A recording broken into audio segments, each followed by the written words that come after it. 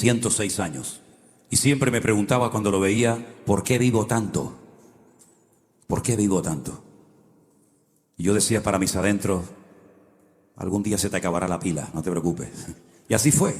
Vivió 106 años, la bisabuela de Elena murió con 104, la abuela con casi 100, mi suegra va por el mismo camino, así que probablemente, Elena, pasemos de los 100 años. Vete tú a saber. ¿Quién sabe, no? ¿Quién sabe? Pero sea como sea, por mucho que vivamos, tarde o temprano tendremos que salir de este mundo.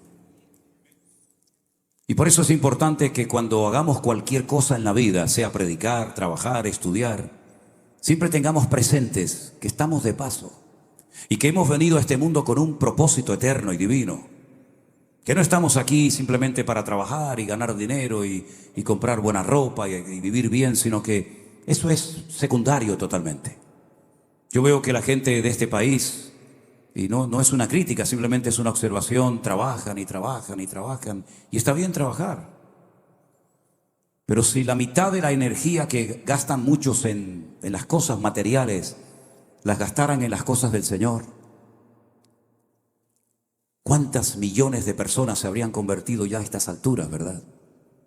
Y es que yo creo que muchas veces nos olvidamos de que no solamente estamos aquí de paso, sino que hay una promesa que, gracias al Señor, en todas las iglesias y en todas las denominaciones, por lo menos hasta el día de hoy, la creen. Y es que Cristo viene pronto. ¿Cuántos dicen amén?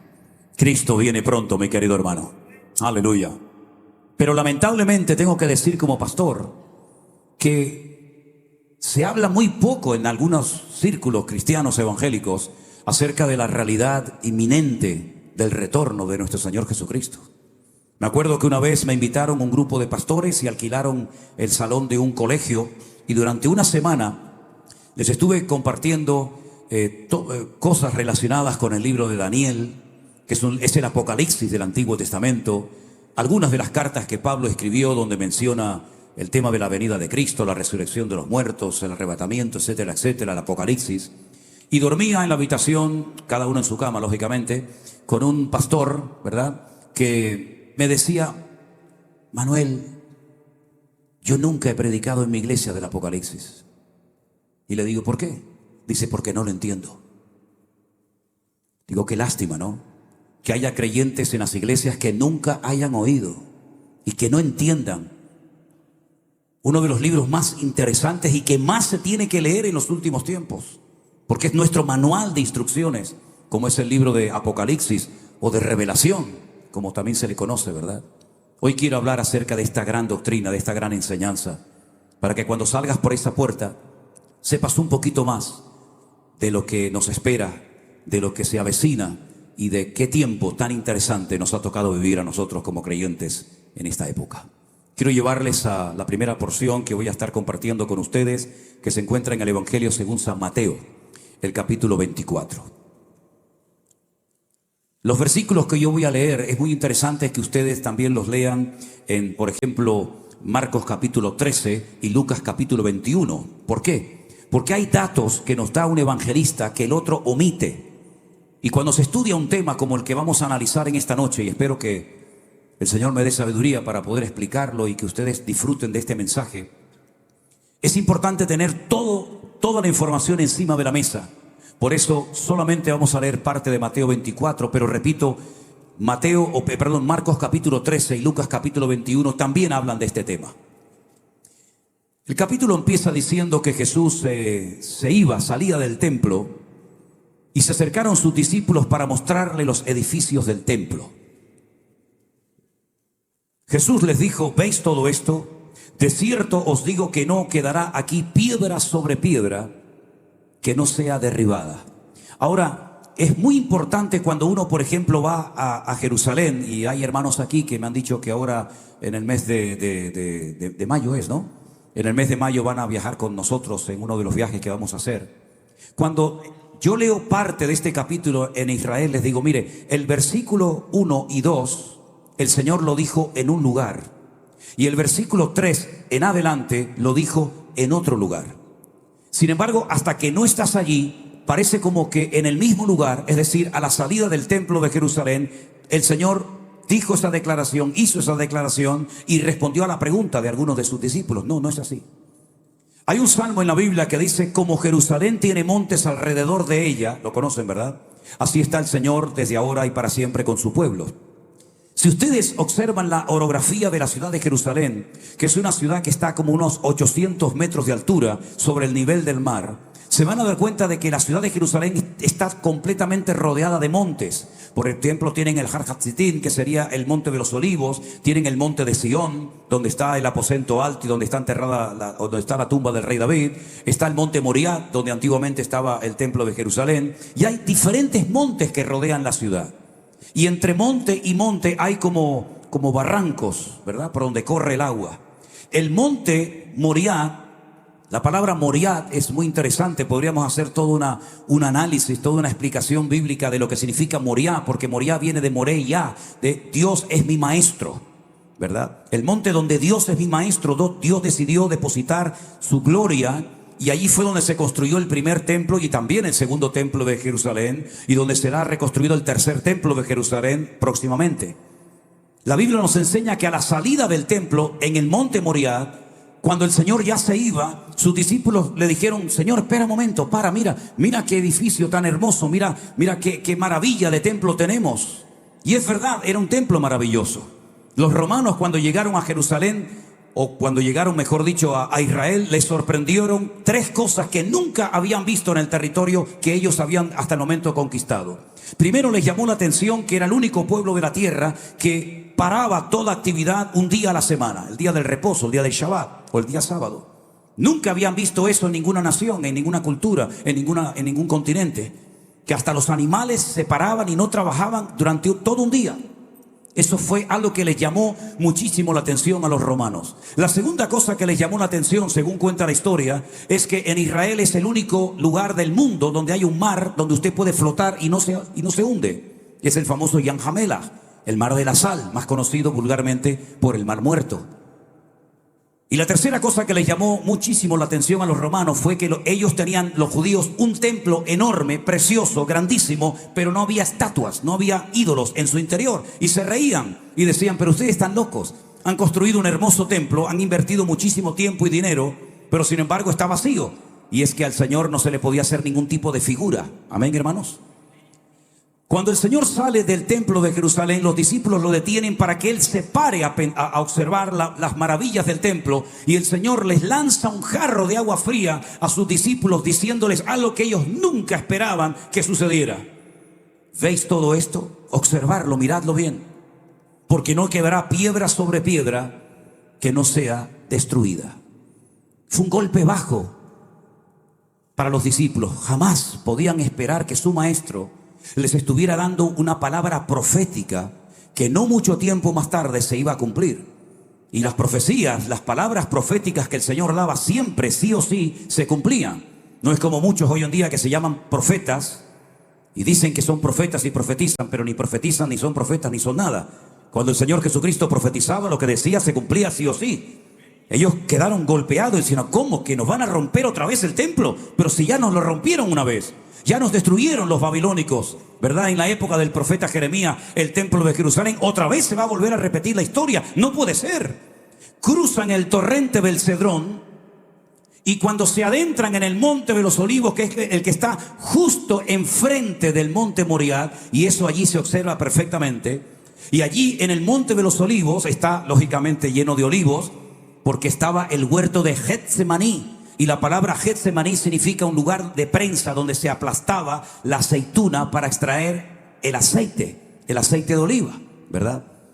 Y no solamente eso, sino que también en ese monte la Biblia dice que el Señor volverá, Zacarías capítulo 14, y pondrá en aquel día sus pies sobre el monte de los olivos, y el monte de los olivos se partirá en dos y se hará un gran valle, y saldrán aguas subterráneas de Jerusalén y volverán a entrar en el Mar Muerto y volverá a recobrar la vida. Son cosas tremendas que ocurrieron y que van a ocurrir en aquel lugar. Cuando están en el huerto de Getsemaní, dice que 4 de sus discípulos, Mateo no lo dice, pero Marcos dice que Pedro, Jacobo, Juan y Andrés le llaman aparte y miren la pregunta que le hacen al Señor. Señor, dinos cuándo serán estas cosas ¿Y qué señal habrá de tu venida y del fin del siglo? Ellos no daban crédito a lo que acaban de escuchar. Nos van a volver a romper el templo.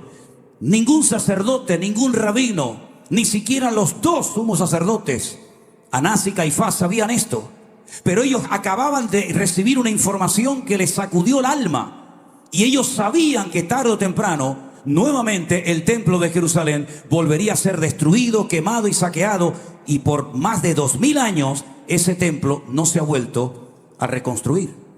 Y simplemente como un dato que creo que es bastante significativo, el mismo día, evidentemente en otro año, el mismo día que se destruyó el primer templo de Jerusalén, se destruyó el segundo templo de Jerusalén en el mismo día.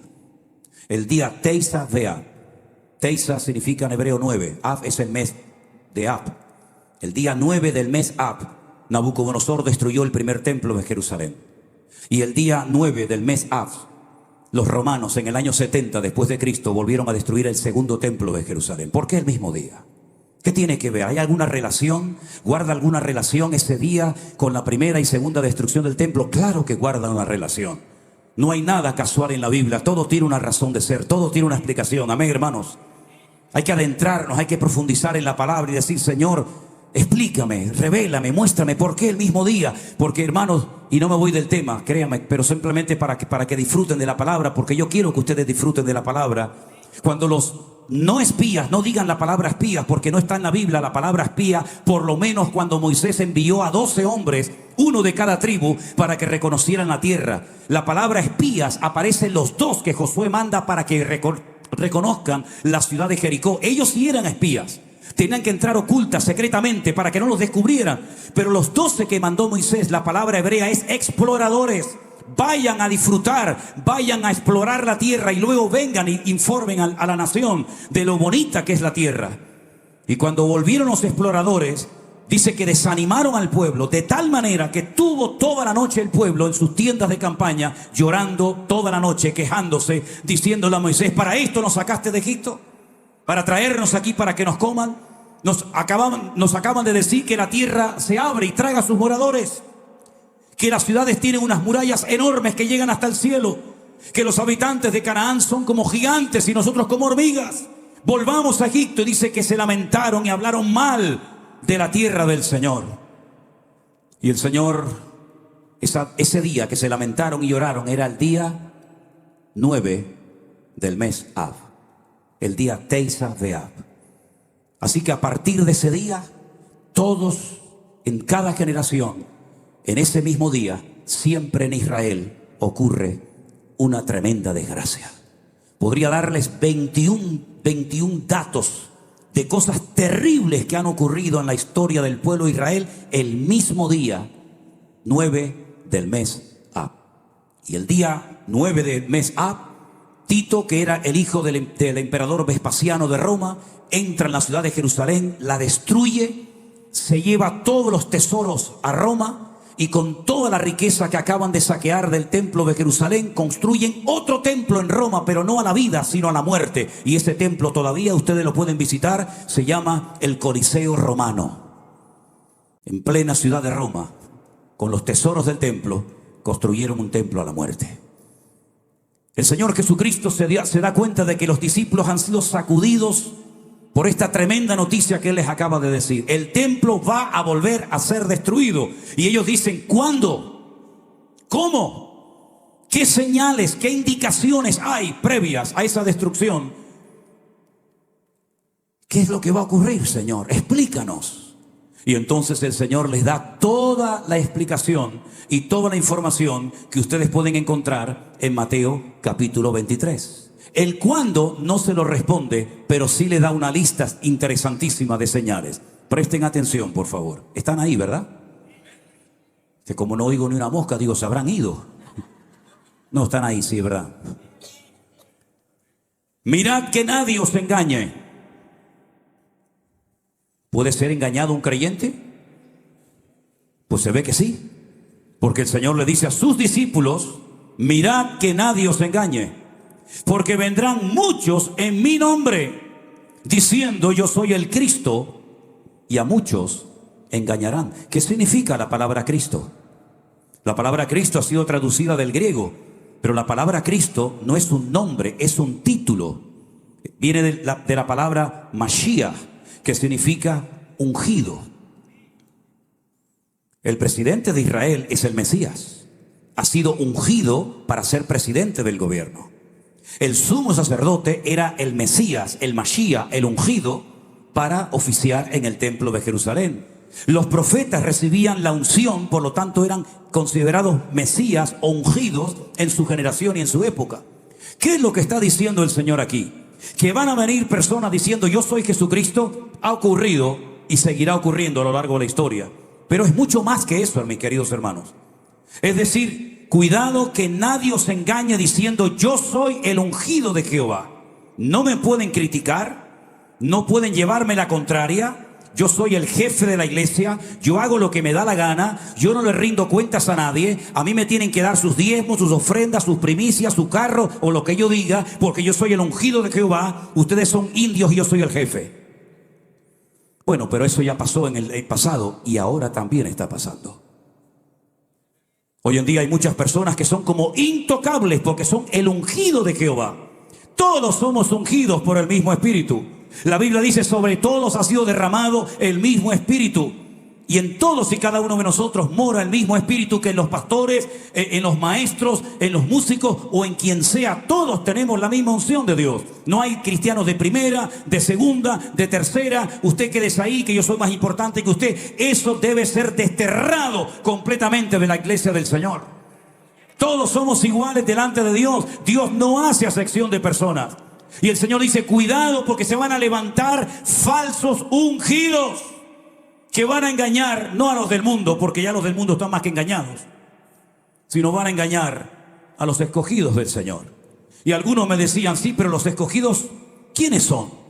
Porque me hace mucha gracia, porque cuando hay cosas, digamos, impactantes o negativas, eso era para los judíos. Pero cuando son bendiciones y cuando son cosas buenas, eso es para nosotros. Entonces, ¿en qué quedamos? ¿Somos escogidos o no somos escogidos? Bueno, que nos diga la Biblia si somos o no, ¿les parece? El apóstol Pedro dice, y vosotros que no erais pueblo, ahora sois pueblo de Dios, real sacerdocio, nación santa, pueblo escogido por Dios, para que anunciéis las virtudes de aquel que os llamó de las tinieblas a su luz admirable. Tú eres un escogido del Señor y yo también soy un escogido del Señor. Por lo tanto, todo lo que hable la Biblia en el Nuevo Testamento de escogidos de Dios, tú te tienes que sentir aludido. Porque hemos sido escogidos, llamados, transformados por el poder de nuestro Señor Jesucristo. Y a los escogidos le dice el Señor, mirad que nadie os engañe. Ya puedo ser yo, Manolo Sierra, o el que sea.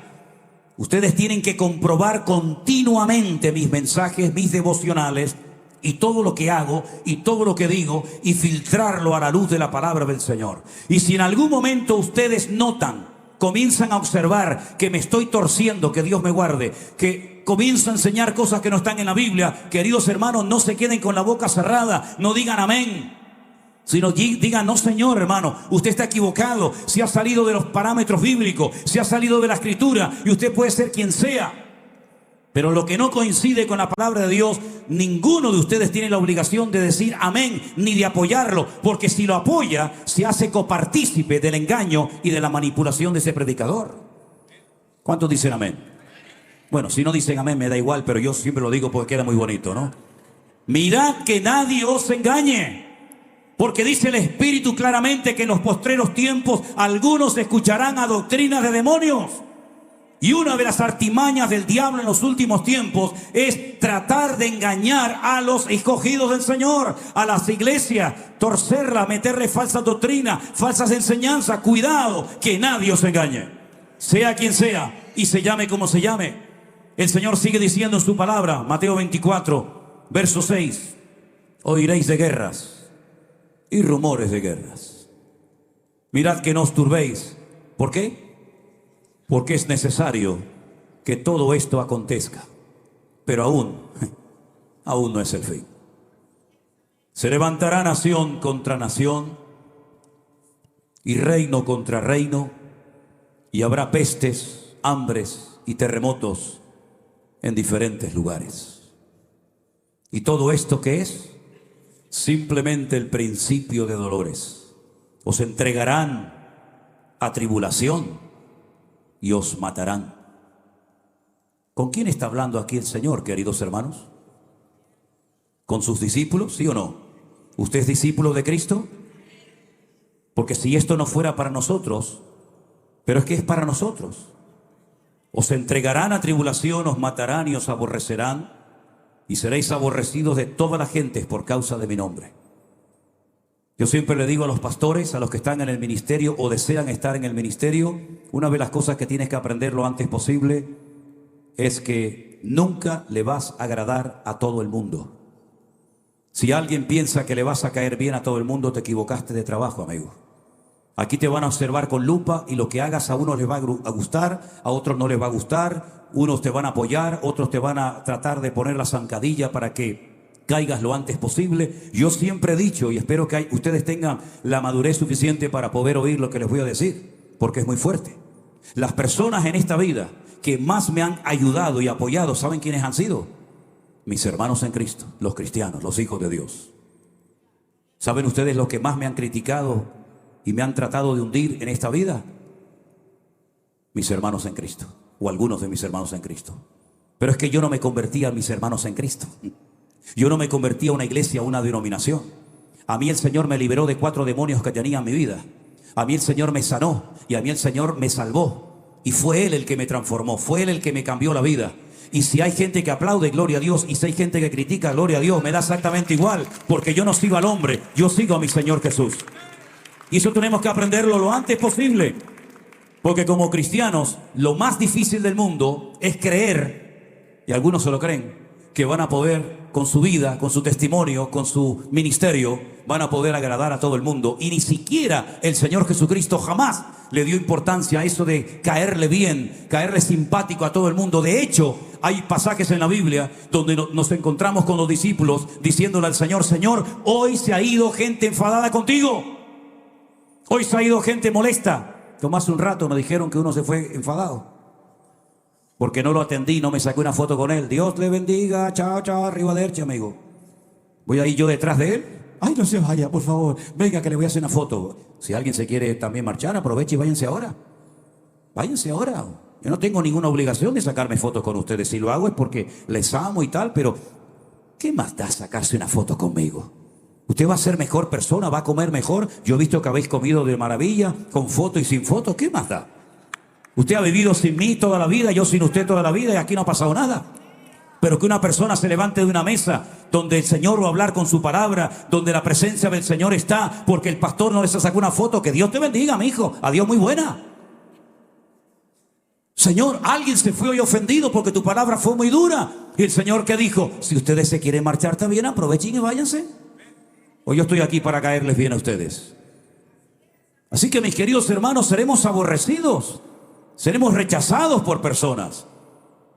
A lo mejor predicarás algo y le va a hacer un beneficio espiritual a alguien tremendamente, pero puede ser que a otra persona no le haya gustado lo más mínimo la palabra que usted haya dicho. Pero usted no tiene que agradar a los hombres. Usted no tiene que agradar ni siquiera a la iglesia que pastorea, mi hermano.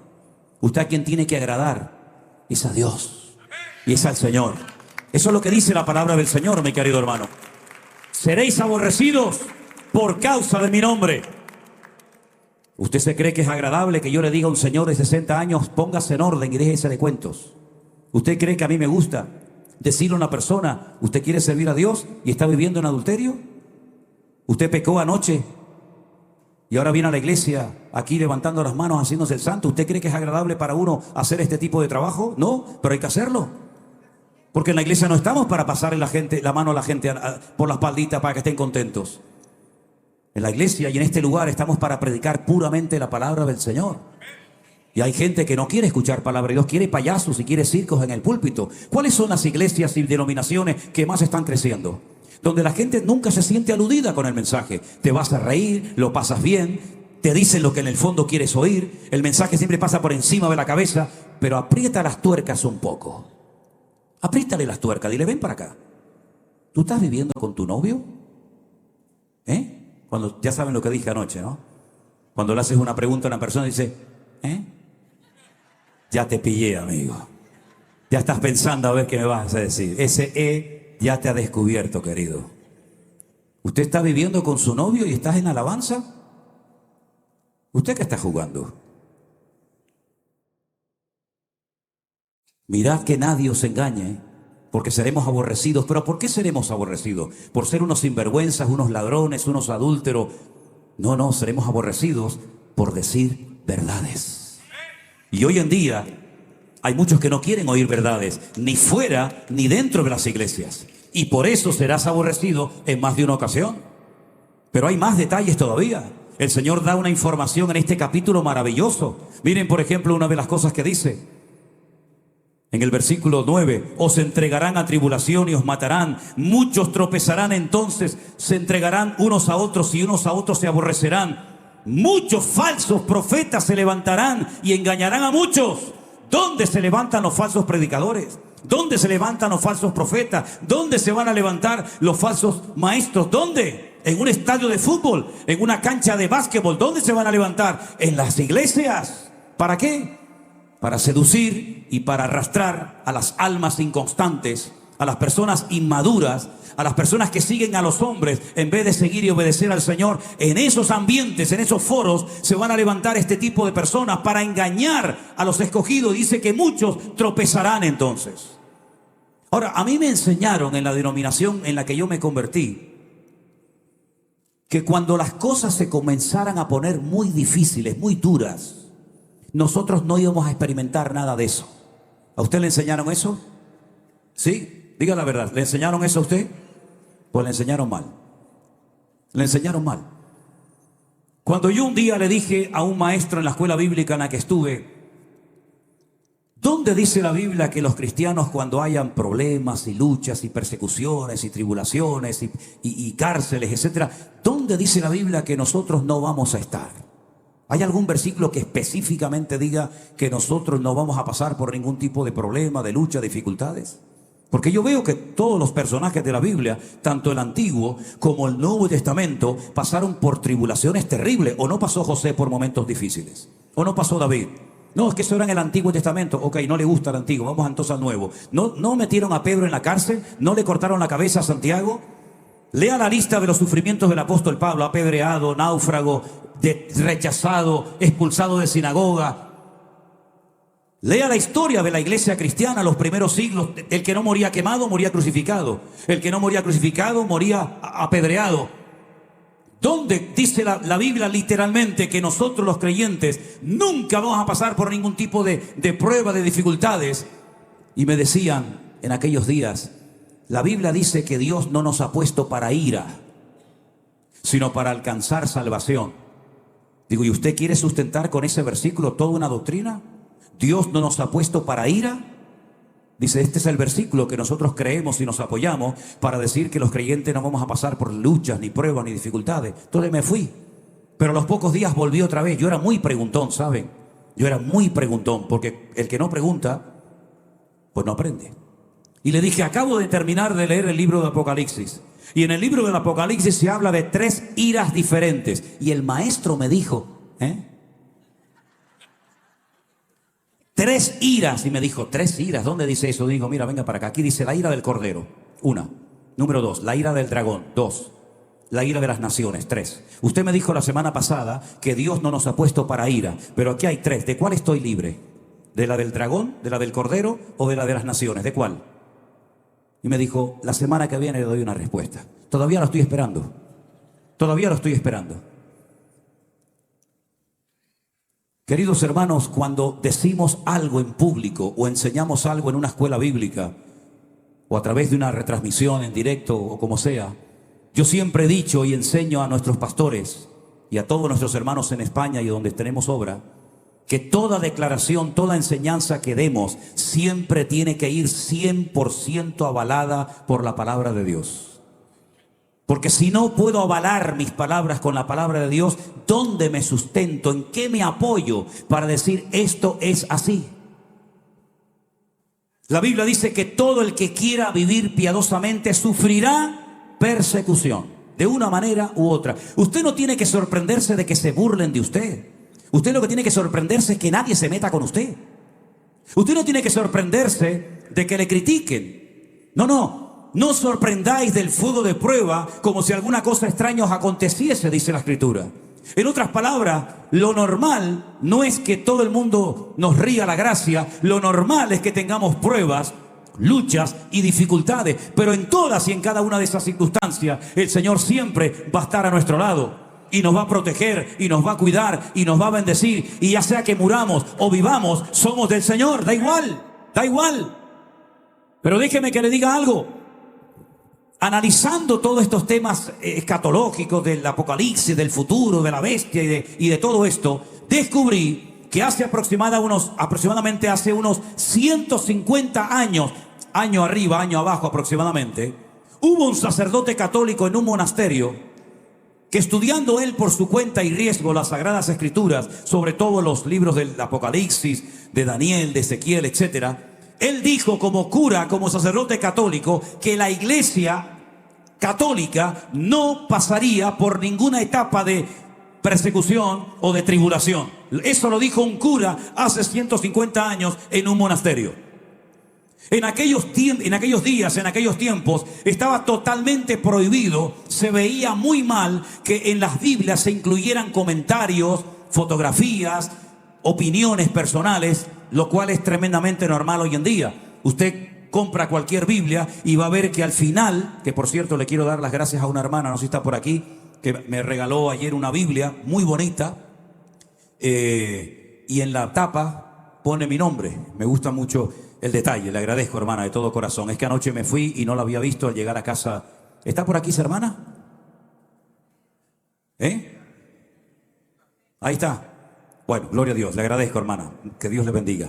Ahora, usted ve, por ejemplo, en la Biblia Thompson, cuántas cosas le han metido a la Biblia Thompson.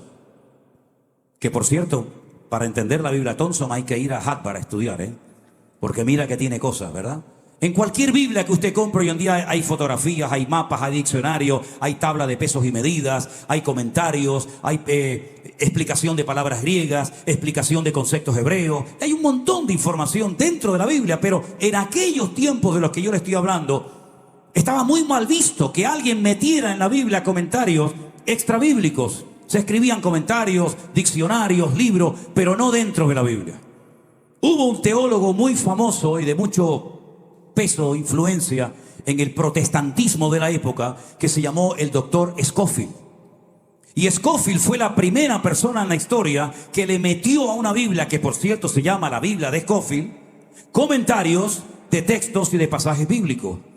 Y una de las cosas que puso fue que la iglesia, y cuando dijo la iglesia se refirió a la iglesia, toda la iglesia evangélica incluida, no pasaría por ningún tipo de persecuciones, de tribulaciones, etcétera, etcétera. Y eso cayó muy bien. Eso le agradó mucho a la audiencia.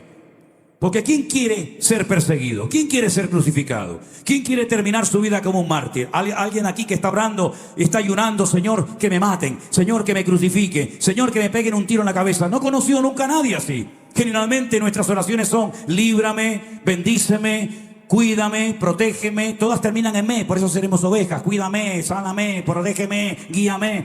Como ovejas de su prado, dice la Biblia que somos, ¿verdad? Ahora, fíjate qué cosa tan interesante. Cuando uno va a la palabra de Dios y comienza uno a analizar las Sagradas Escrituras, el Señor Jesucristo habla de futuras persecuciones. No le está hablando al mundo, no está hablando a los impíos, a los incrédulos, le está hablando a sus discípulos que representan a la iglesia, que representan la trayectoria del pueblo cristiano a lo largo de la historia.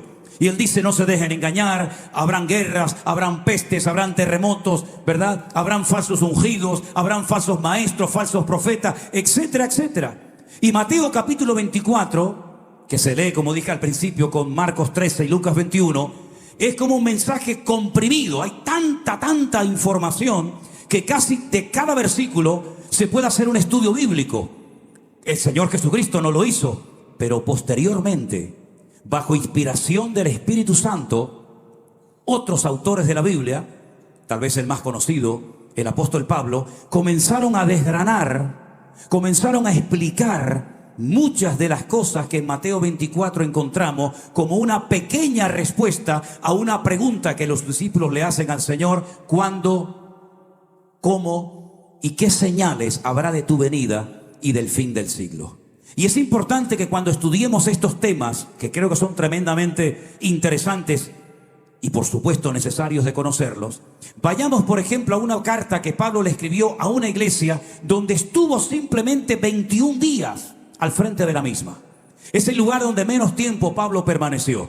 3 semanas en Tesalónica, 2 años en Éfeso, 1 año y medio en Corinto. Pero el lugar donde menos tiempo estuvo el apóstol Pablo pastoreando fue en la ciudad de Tesalónica. Cuando él se marcha de la iglesia, comienza una persecución terrible contra la iglesia. Comienzan a morir un montón de miembros de la congregación. Y muchos creyentes comenzaron a asustarse, a preocuparse. ¿Qué nos está pasando? Y Pablo les escribe 2 cartas. Y en una de ellas, permítame que les lleve un momentito a una de las cartas que Pablo le escribe a esta congregación. En 2 de Tesalonicenses capítulo 2, el apóstol Pablo nos da una información que va junto con Mateo 24, tremendamente interesante. Procuraré ir al grano y no extenderme demasiado, porque esto nos llevaría muchas semanas de explicarlo detenidamente.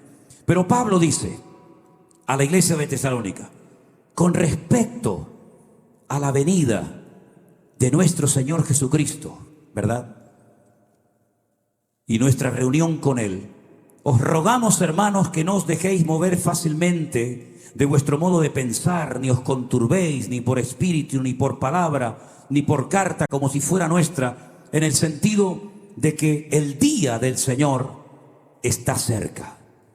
En el Nuevo Testamento encontramos que el idioma griego, tremendamente rico como el hebreo, tiene un término específico para cada concepto, para cada idea que quieras expresar. De tal manera que no tienes que dar muchas explicaciones si utilizas el término correcto, el término exacto. Hay 2 palabras para referirse a las venidas en plural que el Señor Jesucristo, el Hijo de Dios, haría a este mundo. La primera venida del Señor ya se produjo. Hay 150 profecías que se cumplieron solamente en la primera venida de Cristo. Y esa primera venida de Cristo, cuando la Biblia hace referencia a ella, habla como la palabra epifanía. Y cada vez que usted encuentra en el texto griego la palabra epifanía, el Señor se está refiriendo, o el autor que está escribiendo ese tema, a la primera manifestación visible del Mesías. Epifanía es la primera venida del Señor. Pero Pablo en este capítulo no emplea la palabra epifanía, emplea la palabra parausía. La palabra parausía se empleaba para hacer referencia única y exclusivamente a la segunda aparición física y visible del Señor Jesucristo. Por lo tanto, cuando él dice con respecto a la parausía, es decir, con respecto a la segunda venida del Señor, ¿me explico? No se dejen engañar, no sean perturbados en su fe. ¿Por qué? Porque dice al apóstol Pablo lo siguiente, tome nota: no vendrá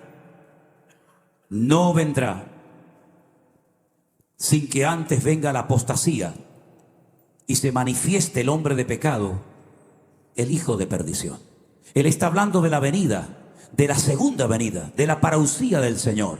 Y dice, no se preocupen, hermanos, no se pongan nerviosos, porque no va a venir, no se va a manifestar visiblemente nuestro Señor Jesucristo hasta que ocurran 2 cosas tremendamente importantes.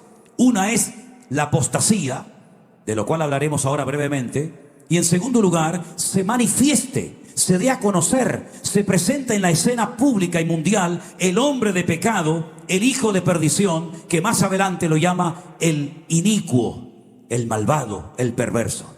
Usted sabe que el nombre que reciben las personas en la Biblia identifica la esencia de la misma.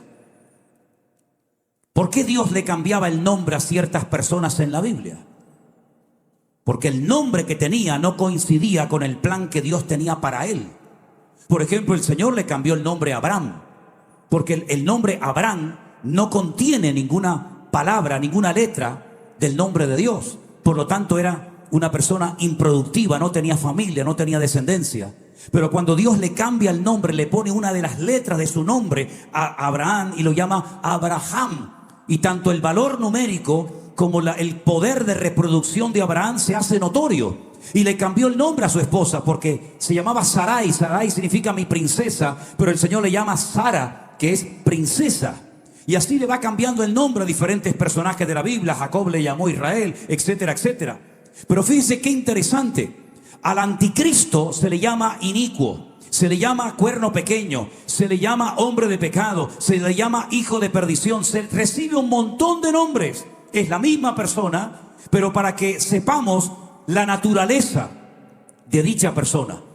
Como por ejemplo al Espíritu Santo se le llama espíritu de vida, espíritu de adopción, ¿verdad? Y tantas cosas. O al mismo Dios se le llama Adonai, se le llama Shaddai, se le llama Elohim, se le llama Yahweh. Hay tantos nombres de Dios como del mismo Señor Jesucristo. Pablo dice, o mejor dicho, el Señor dice a través de Pablo: hermanos, nuestro Señor Jesucristo tiene que volver otra vez a este mundo, pero no va a volver, no va a aparecer, ni nos vamos a reunir con Él hasta que venga la apostasía. ¿Y qué es la apostasía? Lo que prediqué anoche, la anarquía moral y espiritual de la sociedad, donde ya no hay valores absolutos, sino todo es relativo. Es decir, antiguamente había cosas que decían no se pueden hacer. Eran normas, no había casi ni que enseñarlas, sino que la sociedad sabía que cuando los padres hablaban, los niños se callaban. ¿Sí o no? ¿Te acuerdas tú en tu época cuando tu padre te miraba? ¿Lo entendías? Hombre, que sí lo entendías. ¿Qué? Cuando íbamos a una casa de visita, mi padre me decía: no me hagas el papelón, ¿eh? No me dejes pasar vergüenza, ¿eh? Si te ofrecen algo, tú dices que no, aunque te estés muriendo de hambre. No te muevas, no me rompas nada, no robes nada de la señora, pórtate bien. Cuando empezabas a ser el idiota y ya querías, tu padre te hacía así.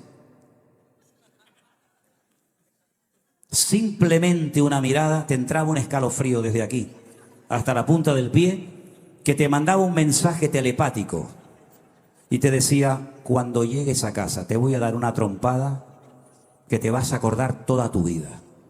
Sin palabras lo entendías perfectamente. Hoy en día ni tirándole piedras al pibe se despierta. Nada. Quítale la máquina diabólica a uno de estos chiquititos. Quítale la maquinita esa de... ¿Has visto la rapidez con la que escriben los chicos los mensajes de WhatsApp? Yo soy incapaz. Tengo un nieto de 15 meses. Madre querida. Madre, llega, yo lo duermo. Cuando viene a mi casa yo me lo llevo conmigo y lo duermo. Pero lo duermo con el teléfono. Mi hija Priscila dice: papá, no le des el teléfono al niño. Digo: no te preocupes, hijo, tú tranquilo. Y cuando llega a la habitación, Abu, le digo: toma, mi niño, toma. Y empieza. Ya. Es increíble. Una vez llevamos a una hermana de nuestra iglesia a un evento en otra iglesia. Iba la hermana detrás con un niño. Yo pensé que el niño estaba endemoniado. Era terrible. Yo lo miraba por el retrovisor y yo decía para mis adentros, digo: si fueras hijo mío, te daba con esta que te vas a enterar. Pero claro, no era hijo mío y encima el pastor de la iglesia: no se preocupe, hermana. Yo decía, a ver si se calla el salvaje este de una vez. Pastor, perdone, no se preocupe, hermana. Dios, yo decía. Entonces de repente el niño hace ¡fum! Se cayó y yo dije: ucha, se quedó dormido. No, la mamá sacó del bolso la maquinita diabólica, se la puso en la mano. Santo remedio, mi hermano, santo remedio. Las cosas han cambiado tremendamente. Las cosas han cambiado de una forma tremenda. Esto es lo que dice la palabra de Dios en los últimos tiempos: la anarquía. Todo vale. Hay gente en Europa que se ha casado con gallinas. Hay gente que se ha casado con una vaca. Pero ¿cómo te vas a casar con una vaca, viejo?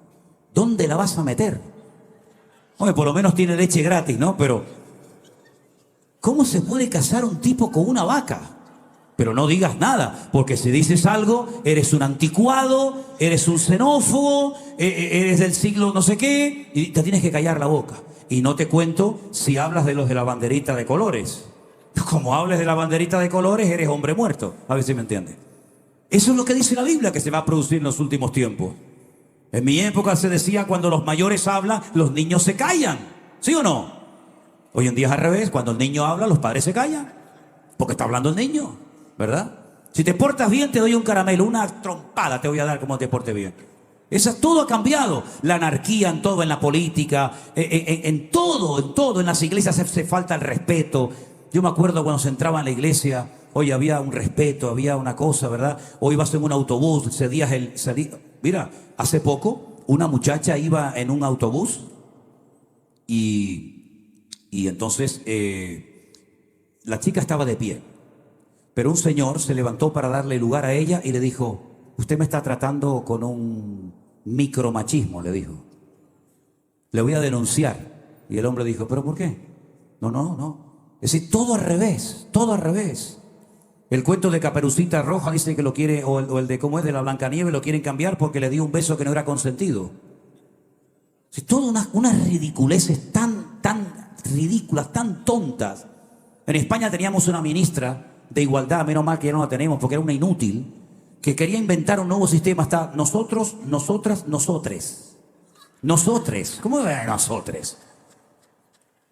Él, ella, ella. Es como aprender a hablar de nuevo, ¿no? Una cosa increíble, totalmente fuera de lugar. Vivimos en la sociedad de cristal. Todo el mundo se ofende. No puede decir nada porque se ofenden. Y además, como después se va a la otra iglesia y lo hacen líder de no sé qué, pues imagínate. Y si no, se abre su propia iglesia. Eso es lo que dice la Biblia que iba a pasar en los últimos tiempos. Pero además dice la Biblia que se va a manifestar, se va a dar a conocer a nivel mundial un personaje siniestro, que es, como yo digo, permítame el ejemplo, la última bala en la recámara de la pistola del diablo. Es decir, es la última oportunidad que le queda para alcanzar sus objetivos. Y ese personaje tiene un nombre con un valor numérico que Juan nos lo da. Dice: en esto hay sabiduría, el que lee entienda, dice la palabra. El nombre o el número del valor numérico de ese hombre es 666. Es decir, cada nombre en la Biblia tiene un valor numérico, porque las letras tienen un valor numérico y por las letras sabes qué valor tiene ese nombre, ¿verdad? Es decir, hay tanta información. Por ejemplo, una de las cosas que nos dice de este personaje es que no hará caso del amor de las mujeres. Interprételo usted como quiera. No hará caso del amor de las mujeres, y dice que del Dios de sus padres no hará caso, sino que adorará al Dios de las fortalezas. Y en el texto original, en el libro de Daniel, dice que adorará a Alá Maudín, al Dios de la guerra. ¿Y quién es Alá? El Dios de la guerra.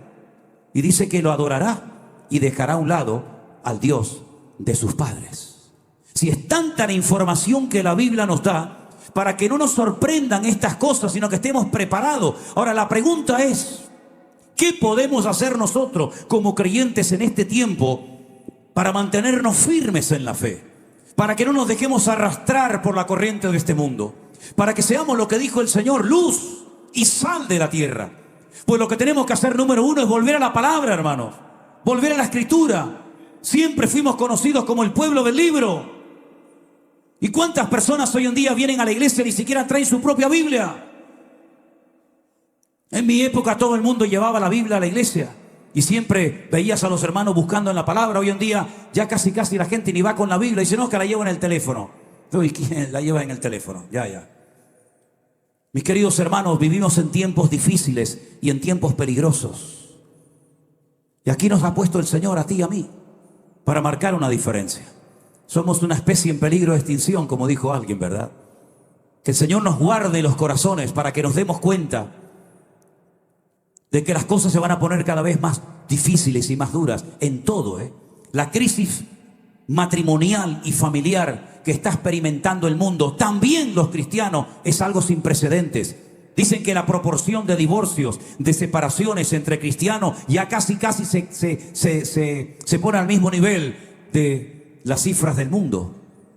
Vas a iglesias y te encuentras que el pastor ya se ha casado, recasado, rejuntado 3 o 4 veces, que este ahora está con la otra está con el otro está con este, y no pasa nada, porque Dios es amor, porque Dios es bueno. No, espera un momento, querido. Claro que Dios es bueno y Dios es amor. Si no fuera así, nosotros no estaríamos en esta noche en este lugar. Pero ese Dios de amor también es un Dios que exige santidad, y dice en su palabra claramente que sin santidad nadie verá al Señor.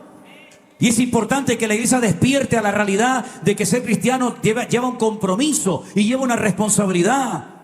Yo no puedo entrar en una iglesia y no tener un contacto con mi hermano, no mirarlo a la cara porque están enfadados hace 20 años y uno va por un pasillo y otro va por otra, pero luego después cuando se reparte el pan y el vino, tomamos el pan y el vino y dice la Biblia que por eso hay muchos enfermos y debilitados y muchos mueren en las congregaciones prematuramente. ¿Por qué? Porque se ha perdido el temor, la reverencia y la santidad en la casa de Dios.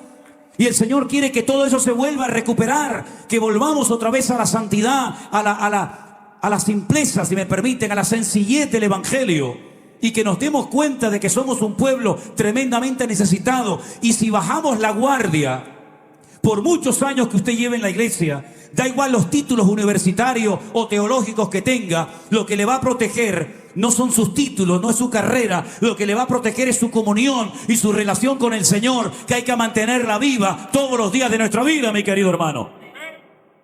Y eso es lo que dice la palabra del Señor. Velad y orad para que no sorprendan estas cosas como ladrón en la noche. ¿O es que aquí en Estados Unidos los ladrones cuando vienen a robar llaman por teléfono a la gente? Pues yo no he conocido nunca a ningún ladrón. Hola, buenas noches, ¿cómo está? Bien, ¿cómo está, hermana? Dios le bendiga. Prepárese que voy para allá, ¿eh? Sí. El ladrón viene, te robó y cuando te das cuenta ya se acabó, no hay nada que hacer. Y el Señor dice, cuidado, porque te puedes quedar dormido. Y por eso dice el Señor en su palabra, despiértate, tú que duermes, y te alumbrará Cristo. ¿Y saben lo peor que le puede ocurrir a un creyente y a una iglesia? Perder la presencia del Señor y no darse cuenta que la perdió. ¿Cuántos han perdido alguna vez algo importante? Como por ejemplo, dinero, documentación, llaves. Yo en este viaje que acabo de hacer, en el primer vuelo que hice, perdí lo que llaman ustedes como ID, ¿lo llaman el ID? Lo perdí. Menos mal que me quedé con el pasaporte, si no me quedo como prófugo. Me quedo como, la perdí. ¿Cuántas veces hemos perdido alguna llave? Pero lo peor que nos puede pasar es perder la presencia del Señor, la gracia de Dios, y no habernos dado cuenta. Y usted dirá, pero eso no puede pasar, ¿no? ¿No puede pasar? ¿No? ¿Seguro? No, es que eso le pasó a Saúl, eso le pasó a Sansón, y no se dieron cuenta, pero eso era en el Antiguo Testamento, hermano, ¿sí? Ok, vamos al Nuevo, que tanto le gusta. La última iglesia del libro del Apocalipsis es la iglesia de la Odisea. La iglesia que decía, nos hemos enriquecido. Ya no somos una iglesia pobre, como fue la iglesia primitiva, o como fueron tantas iglesias que nos precedieron en el pasado. No, no, no. Que nos reuníamos debajo de una cocotera, que no teníamos instrumentos de música, ¿verdad? Que pasábamos frío en invierno y pasábamos calor en verano. No, ya no somos así. Nos hemos enriquecido. No tenemos necesidad de nada, lo tenemos todo. Y el Señor dice, pobres, ciegos, desnudos, desventurados. He aquí estoy a la puerta y llamo. Si alguno oye mi voz y abre la puerta, entraré a él, cenaré con él y él conmigo. La iglesia de la Odisea, es verdad, era una iglesia rica, no le faltaba de nada. Lo tenían todo, humanamente hablando, pero habían perdido lo más bonito que puede tener una vida y un creyente, y es la presencia del Señor. Hay congregaciones que cuando yo entro digo, tienen de todo. No les falta de nada. Hasta lo tienen multiplicado por 3 y por 4, ¿no? Pero ¿y la gloria del Señor dónde está? Vienen las almas llorando a los pies de Cristo. Tenemos. Pero somos el tipo de pueblo que Dios quiere que seamos. ¿No se nos habrá vuelto en contra lo que tenemos, creyendo que tanto tienes, tanto vales? ¿No se nos ha vuelto en contra, como le pasó a los judíos, que tenían el templo lleno de oro y de piedras preciosas por todas partes? Pero el Señor cuando entró allí dijo, habéis convertido mi casa en una cueva de ladrones, cuando esto tenía que haber sido una casa de oración. Cuando el Señor dice, aquí yo estoy a la puerta y llamo, si alguno oye mi voz, es que ya ni la oían. Entonces, ¿a quién le estaban cantando? ¿A quién estaban adorando allá adentro? ¿A quién le estaban haciendo culto si el Señor ya no estaba y no se habían dado cuenta? Hermanos queridos, no bajemos la guardia, porque estamos viviendo tiempos tremendamente peligrosos. Y somos nosotros los únicos que tenemos el mensaje de salvación. para que la gente pueda cambiar de muerte a vida. Si nosotros callamos, no hay posibilidad de salvación. No hay otra forma de que la gente se convierta, sino solamente a través de Cristo, que es el camino, la verdad y la vida. Así que, mis queridos hermanos, yo les invito en este momento a que ustedes reflexionen en estas cosas y estén preparados, porque las señales se están cumpliendo delante de nuestras narices. Yo estuve en Israel solo en diciembre. Fui con un amigo y pudimos llegar casi hasta la primera línea de combate, allí en la Franja de Gaza. Estuvimos visitando todos los kibbutz. Vimos sangre y destrucción por todas partes. El día 6 de octubre todo estaba tranquilo. El día 6 de octubre el país decía: tenemos el ejército más poderoso del mundo, el servicio de inteligencia más poderoso del mundo, la tecnología más sofisticada, nunca nos va a pasar nada. El día 7 de octubre a las 6:30 de la mañana se produjo una masacre que se compara con el Holocausto en la Segunda Guerra Mundial, cuando miles de judíos y millones de judíos murieron. Hermanos queridos, la confianza no está en tu casa, en el ejército, en las pistolas que tienes, en tu dinero. La confianza nuestra está puesta en nuestro Dios. ¿De dónde vendrá mi socorro? Mi socorro viene del Señor, el que hizo los cielos y la tierra. Aleluya. Y por eso no dará tu pie resbaladero, ni se dormirá el que te guarda. Cierra tus ojos en esta noche, mi querido hermano. Que Dios haya sacudido nuestras conciencias. Que Dios haya despertado el apetito y la pasión por Cristo. Porque si se nos va la pasión por Cristo, ¿qué nos queda? ¿Qué nos queda? Hermanos queridos, si no tenemos templos, no pasa nada. Nosotros somos el templo del Espíritu Santo. Si se va la luz, no pasa nada. Nosotros somos la luz del mundo. Si se va el apoyo de los hombres, no pasa nada. Tenemos el apoyo del Altísimo Dios. Pero si bajamos la guardia, somos tan vulnerables como cualquiera de este mundo. Solamente el Señor puede guardar tu matrimonio, tu integridad física, moral y espiritual. Solamente el Señor puede guardar a tus hijos. Solamente el Señor puede velar noche y día por nosotros, para que no decaiga nuestra fe, sino que verdaderamente podamos decir: en paz me acostaré y asimismo dormiré, porque solo tú, Señor, me haces vivir confiado. Ven al altar a buscar la bendición de Dios en esta noche. Mientras cantamos una alabanza a nuestro Dios, vengamos adelante y aquí juntos como pueblo de Dios oramos al Señor para que Él nos guarde y nos proteja y nos libre como siempre lo ha hecho. Aleluya. Ven a Jesús en esta noche. Ven al Señor Jesús. Oh, Rey de Reyes, Señor de Señores, admirable, consejero, Dios fuerte, Padre eterno, Príncipe de paz. Aleluya. Oh, gloria a ti, Jesús. Gracias, Señor.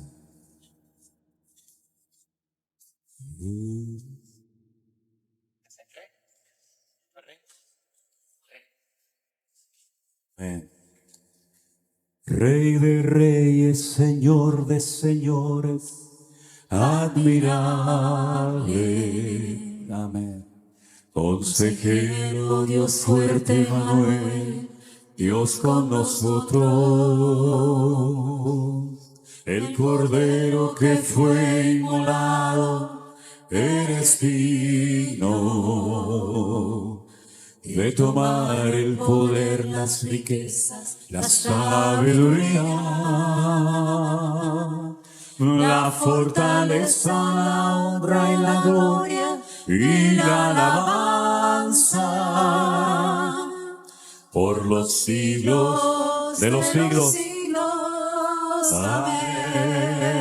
Una vez más, iglesia. Rey de reyes, Señor de señores, admirable, consejero, aleluya, Dios fuerte, gracias, Señor. Manuel, Dios con nosotros. El Cordero que fue inmolado, eres digno de tomar el poder, las riquezas, la sabiduría,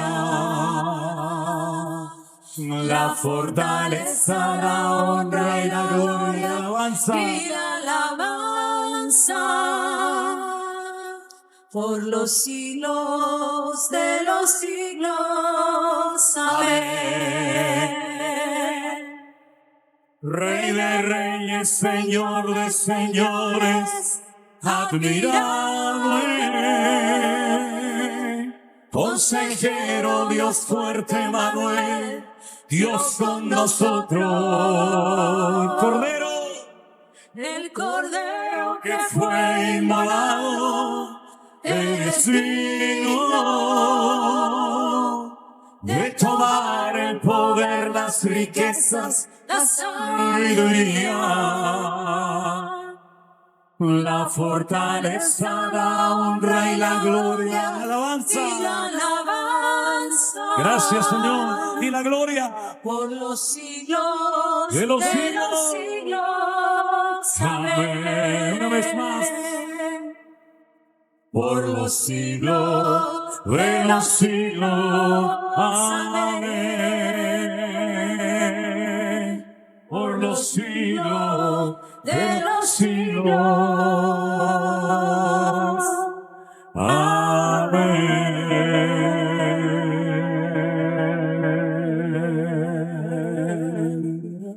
Gracias, mi Señor Jesús. Vamos a orar, hermanos, en esta noche juntos al Señor. Vamos a orar a nuestro buen Dios. Gracias, mi Dios. Gracias, Señor Jesús. Preséntale tu vida al Señor en esta noche. Y si hubiera entre nosotros alguna persona que nunca ha recibido a Jesús como tu Señor y Salvador personal, te invito a que lo hagas. Dile: Señor, perdona mis pecados. Perdona la vida loca que he llevado, la vida desordenada que he llevado, que no te ha agradado a ti, Señor.